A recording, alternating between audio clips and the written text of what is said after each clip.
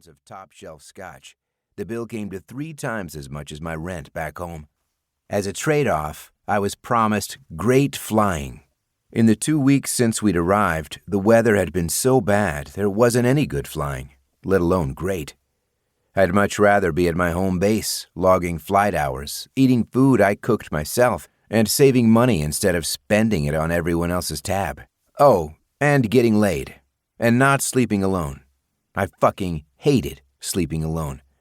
Since the other lieutenant and I had to share a room, I'd remain the sole occupant of my twin bed for another 4 weeks. There had been plenty of times I wanted to tell my mission commander to go fuck himself.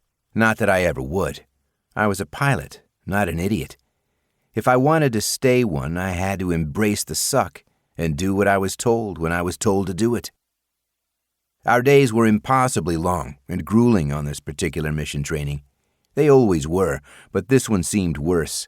Maybe because of the weather or the shitty food that cost a fortune, or that on the one flight I had gotten in, I was killed by a Red Air pilot, or the bad guys, in this case, the RAF, after her kill call was confirmed before mine. It didn't matter that we'd requested confirmation simultaneously. Swan was her call sign, and since the ass-chewing I'd received for being killed, along with the ribbing I'd had to endure, I avoided her at all costs.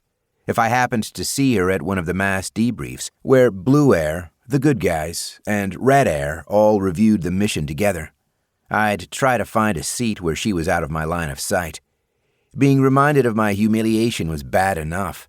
That she was beautiful, obviously a good pilot, and evidently well-liked by her squadron, only made it worse. And while I was growing to hate almost everything else about being in England, her British accent was fucking sexy as hell. "Good evening, Wasp," she said, when I screwed up and we came face to face on our way out of tonight's debrief. "Swan?" I nodded once, prepared to turn in the opposite direction she did as soon as we reached the doorway. "Please don't tell me you're still upset about the other day." "Of course I'm not." I was a terrible liar, but did it really matter in this case? "Ready to head out?" I heard my commander ask. Before I could answer, Swan did. "I appreciate the invitation. Won't I be intruding on your boys' night?" "We've had several of those in a row. Right, LT? 15 at my count, sir." Lieutenant Colonel McAdams, call sign Barco, squeezed my shoulder. "Wasp here picked up the tab for last night's dinner," he said to Swan. "Ouch. Credit card roulette?" "I'm thinking we go that route again tonight." I wanted to cringe, but refrained from any visible reaction. What were the odds my card would be picked 2 nights in a row? "Swan and I will ride with you," the colonel said when we exited the building where 3 SUVs sat at the ready. "Copy that," I muttered, opening the rear passenger door for them.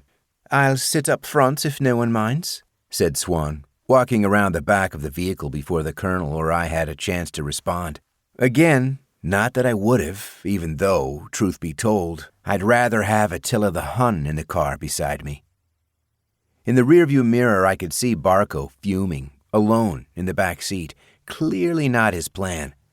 At dinner, Swan orchestrated the same stunt, taking the seat to my right after Barco pulled out a chair for her next to him on the opposite side of the table. If I wouldn't have looked like a complete asshole, I would have moved. As it was, I was stuck. I would have thought it was my imagination when Swan seemed to work me into every conversation Barco started with her. But based on how pissed he looked, I knew she was doing it intentionally. What I didn't know was why, particularly since the more she did it, the angrier he got. So angry, in fact, that when it came time for credit card roulette, I watched him shuffle through the cards until he found mine. I just prayed I wasn't nearing my limit, given how much I'd had to put on it the last couple of weeks. "What's wrong, LT?" a fairly drunk Barco asked, probably because I looked as if I might be sick to my stomach. Before I could respond, Swan reached over and grabbed 2 of the credit cards, one of which was mine. After handing it to me, she pushed back her chair and left the table. Barco stormed off behind her.